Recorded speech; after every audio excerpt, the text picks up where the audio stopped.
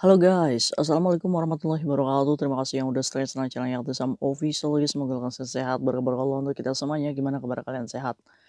Alhamdulillahirobbilalamin. Guys, semua res masya Allah kesembuhan yang lagi sakit Allah sehatkan. Teman guys yang berjuang di rumah majikan tentunya diberikan kekuatan sampai finish. Teman guys yang bahagia juga tentunya jangan lupa bersyukur. Selamat pagi cuy, subuh ya.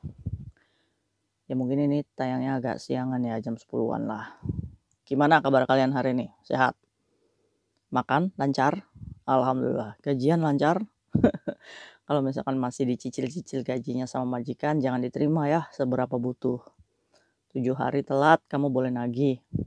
1 bulan majikan tidak memberikan gaji, kamu tinggal kasih tahu majikan. Majikan kalau kamu nggak mau gaji, saya mau nuntut di labor. Nah, saat kita tidak digaji dalam 1 bulan, itu kita bisa break kontrak tanpa harus membayar majikan. Ya, semoga aja sih ya udah nggak ada majikan-majikan seperti itu. Tapi ya cuy ya, Kak Isam di sini hanya ingin membahas tentang bagaimana sih cara fighting ya kerja di Hong Kong. Apakah sesulit itu gitu? Karena Kak Isam yakin perjuangan teman-teman kita ya, termasuk kayak Tisam sendiri dulu sama. Kenapa ya? Faktor apa ya? Kok bisa kita itu kayaknya susah banget gitu bekerja di Hong Kong itu. Apakah sesusah itu? Pertanyaannya apakah sesusah itu?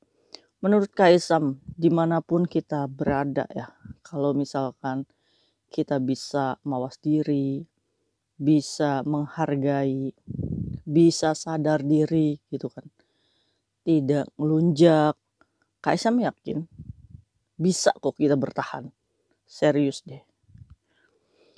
Ini ada satu kisah di mana si teman kita ini baru kerja 1 bulan ya, belum 1 bulan juga sudah dikembalikan agensi. Ini dikarenakan ada 2 kesalahan fatal yang dilakukan. Sebenarnya sih mbaknya merasa bahwa apa yang dikatakan ini aman-aman aja kok, orang saya jujur. Toh kalau potong gaji pun potong gaji aja gitu kan. Itu kan pemikiran kita ya cuy. Tapi beda sudut pandangnya dengan orang sini.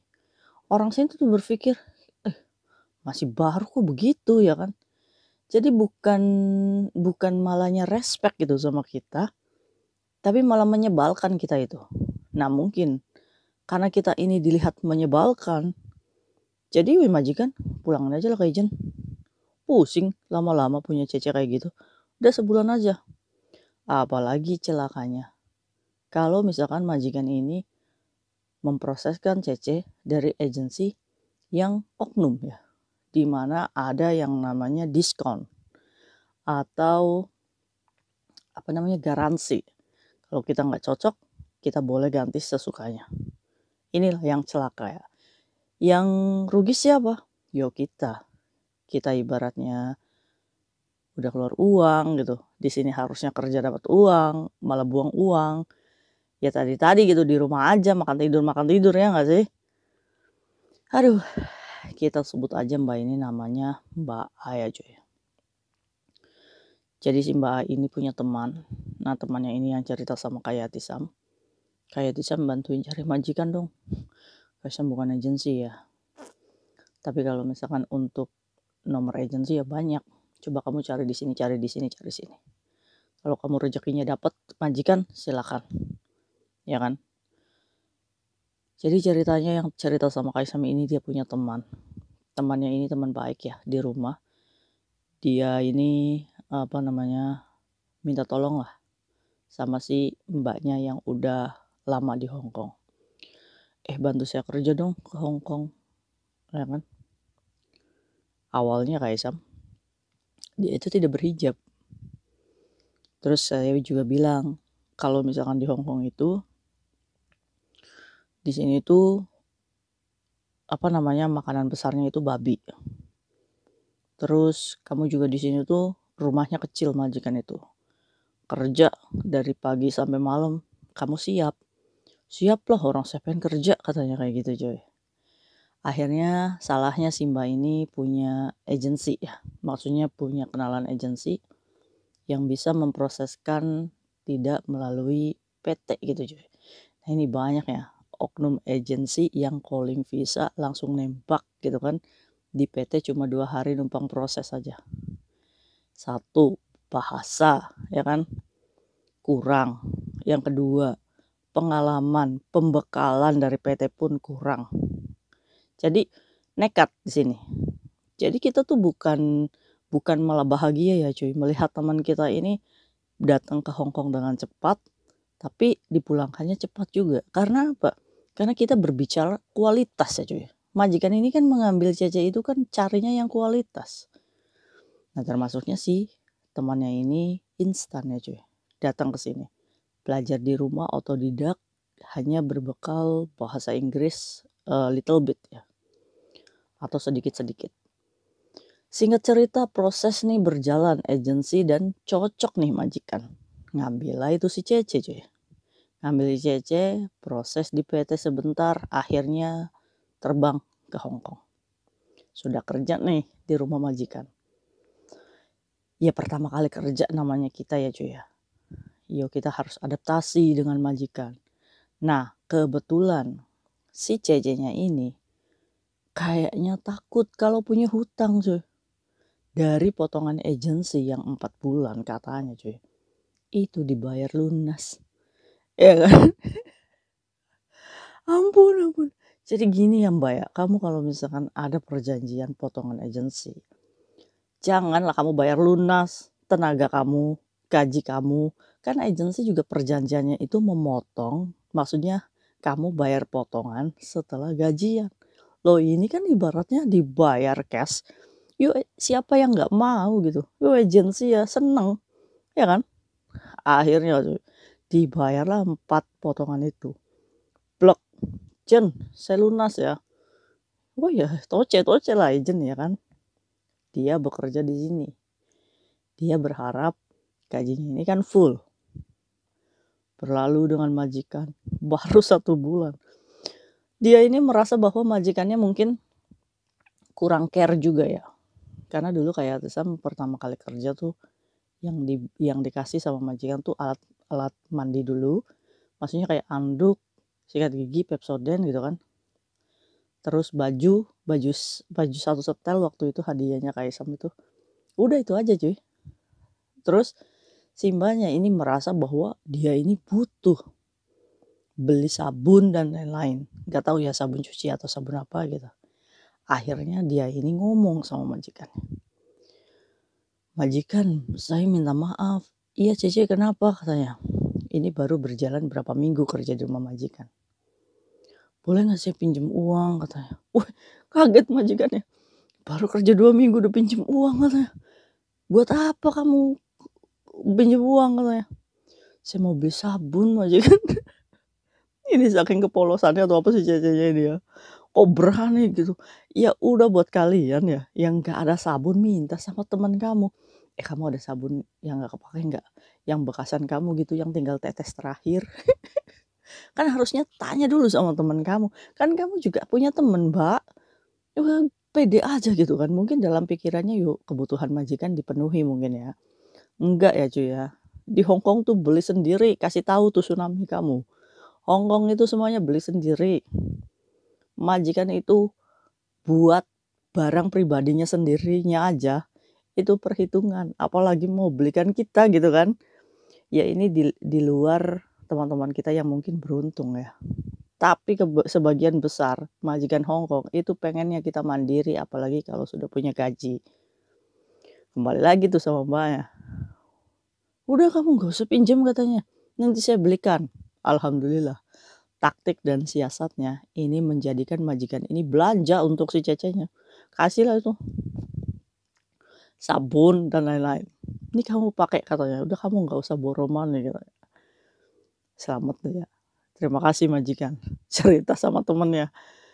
Udah selepas itu cuy. 1 minggu kemudian. Dia ini tiba-tiba berhijab. Ya kan? Ini tidak menyalahkan hijabnya tidak cuy. Enggak. Bahkan dia liburan itu sekarang berhijab. Ya alhamdulillah ya. Ya kan nyampe Hongkong dapat hidayah gitu kan.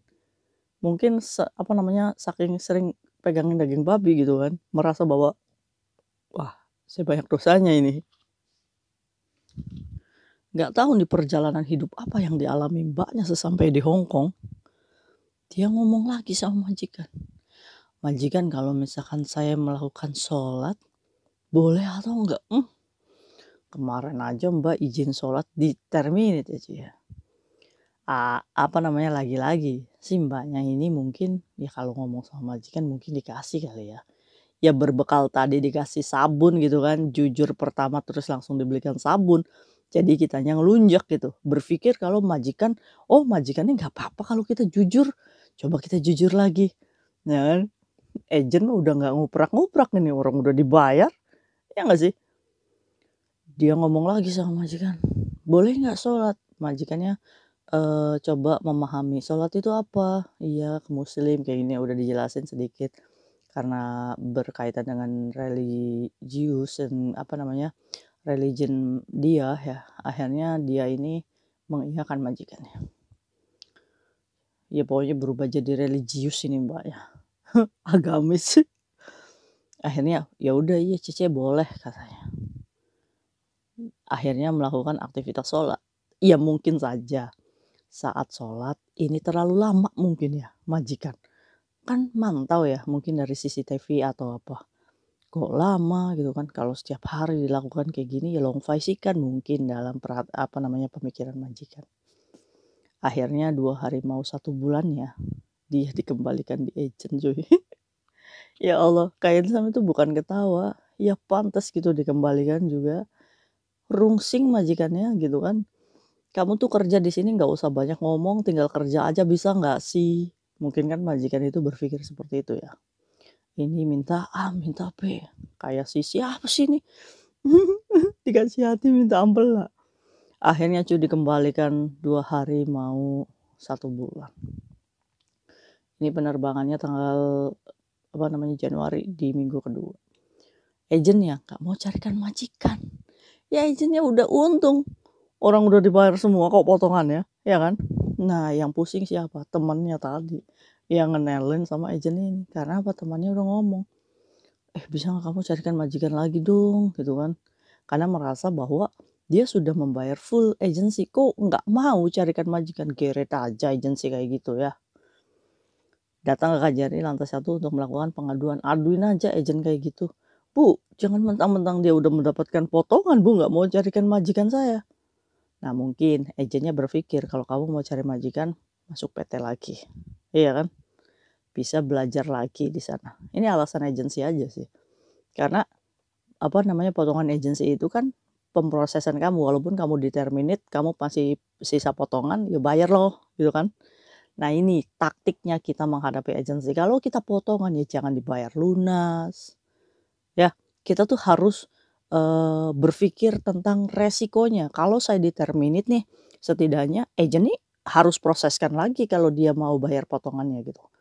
Biar nggak rugi-rugi amat kita jadi bandar, ya kan? Harusnya kita kerja dapat duit, malah support agensi aja.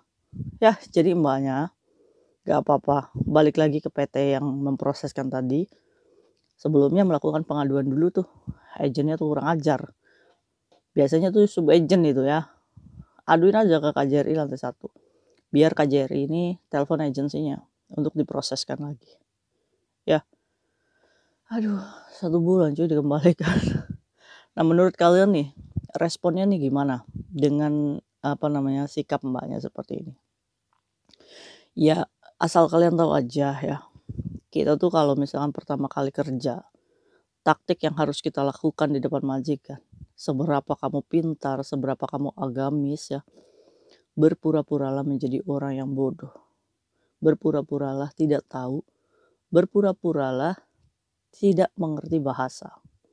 Karena apa? Saat kita berpura-pura untuk beradaptasi dengan majikan baru, sesungguhnya kita sedang menjalani karakter seperti apa sih majikan kita.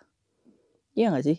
1 bulan bertahan supaya kita mendapatkan gaji untuk membeli modal kita kerja di sini. Ya nggak jadi masalah gitu. Jadi gini ya cuy, untuk mencapai kesuksesan kamu langgengnya bekerja di Hong Kong, itu sabar, terus mau nerima dan nurut aja. Udah itu aja, nurut aja. Kalau kamu nurut, langgeng kamu di sini. Ya, setidaknya untuk pekerja migran yang baru, untuk melawan sistem ya, supaya data kamu bisa dibuka agen lain, kamu fighting 11 bulan minimal. Setahun lah. Setahun kalau misalkan majikan tetap tidak mematuhi aturan, baru kita protes. Kita debat dengan bukti-bukti yang sudah kita siapkan. Saat nantinya majikan tidak suka, yuk kita bisa diproseskan agen lain. Dan kita bisa banding ke imigrasi. Kenapa kita bisa dipecat? Begini loh, nih kayak gini. Visanya turun, insya Allah. Ya, jadi kita tuh jangan terlalu ini nemen Kak cuy sama majikan ya. Ini menurut Kak Sam sih lancang ya. Menurut Kak Sam sih lancang ini. Dan tipe-tipe kayak gini tuh udah nggak cocok dengan orang Hong Kong. Nah, maka dari itu, daripada hatinya si majikan ini mensifuk, ya udahlah pulangin aja ke agen, bayar lagi, tek, ambil lagi, kan dapat diskon dari agensinya, bener gak sih? Nah iya, jangan sampai kita sendiri yang merugi ya cuy ya. Nah itu mungkin cerita pagi ini, ambil pembelajarannya buat teman-teman kita yang masih baru ya. Hati-hati, apa namanya, intinya yang berbau-bau sensitif ya, apalagi masalah agama, ini setidaknya kita tuh harus curi-curi dulu untuk bisa masuk untuk kita ibadah ya. Bukannya Islam itu damai ya. Gimana caranya kita bisa beribadah di tengah kaum mayoritas. Ya kan mayoritasnya kan tidak muslim ya.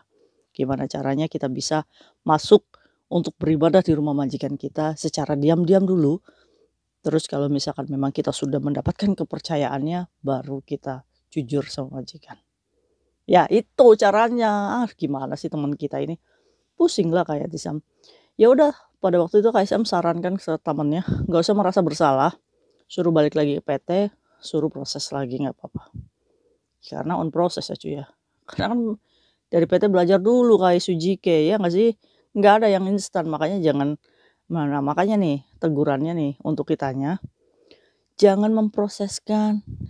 Jadi saat ada teman yang bercerita, prosesin saya dong. Ya udah kamu masuk PT aja ya, proses dari situ. Enak kamunya. Nggak ada tanggung jawab cuy. Jangan gimana caranya nih. Kita nih kalau menolong orang tuh kadang saya harus tolong dia. Kita lupa tentang hati kita sendiri gitu, tentang kesehatan kita sendiri. Udah nggak apa-apa, yang penting dia masuk. Nggak gitu juga ya cara menolong. Arahkan ke jalan secara prosedural. Kamu masuk PT ini aja nih, rekomendasikan PT. Udah, biar PT yang memproseskan. Biar kamu juga tidak ada rasa nggak enak ya. Nah itu pembelajarannya.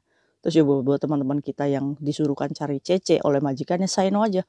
Maaf majikan, kamu cari sendiri aja deh. Takutnya CC itu tidak amanah, tidak sesuai dengan majikan, nanti majikannya komplain sama kita. CC yang direkomendasiin kamu itu begini loh orangnya. Nah daripada kita merasa nggak enak sama majikan, lebih baik kita bilang sama majikan cari sendiri aja. Jangan dilihat bonusnya ya. Nah mungkin itu tuh cerita dari Kak Sam. Ambil hikmah baiknya ya. See you next video. Bye-bye. Assalamualaikum warahmatullahi wabarakatuh. Bye.